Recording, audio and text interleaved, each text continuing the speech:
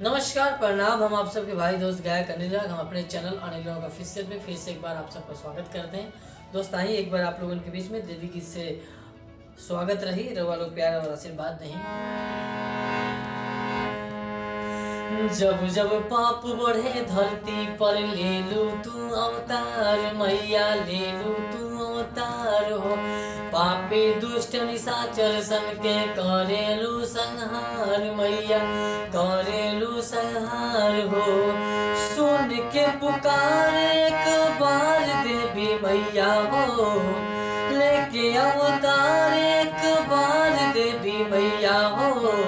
कलयुग में आ जा हमारे देवी मैया हो, कलयुग में आ जा हमारे देवी मैया हो। जब जब पाप बढ़े धरती पर ले लू तू अवतार, मैया ले लू तू अवतार हो। पापी दुष्ट निशाचर सन के करेलू संहार, मैया करेलू संहार हो। सुन के पुकार एक बार देवी मैया हो, लेके अवतार एक बार देवी मैया हो। कलयुग में आ जा हमारे देवी मैया हो, कलयुग में आ जा हमारे देवी मैया हो।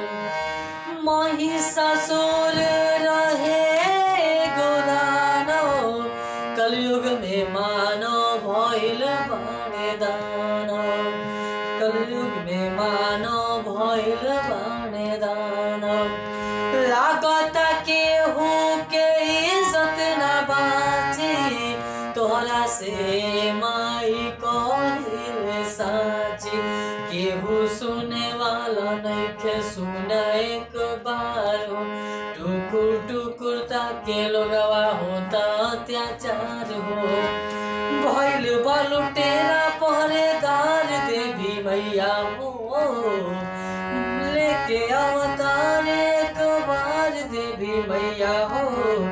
कलयुग में आ जा हमारे देवी मैया हो, कलयुग में आ जा हमारे देवी मैया हो, कलयुग में आ जा हमारे देवी मैया हो। नमस्कार प्रणाम। आशा ना बल्कि पूरा विश्वास रहे कि रउआ लोगन के जरूर कुछ ना कुछ पसंद आवे। हम कोशिश करता नहीं कि आप लोगों के पसंद आवे और अपन प्यार से बात ऐसी बनौले रही। फिर मिला अगले वीडियो में। जय हिंद।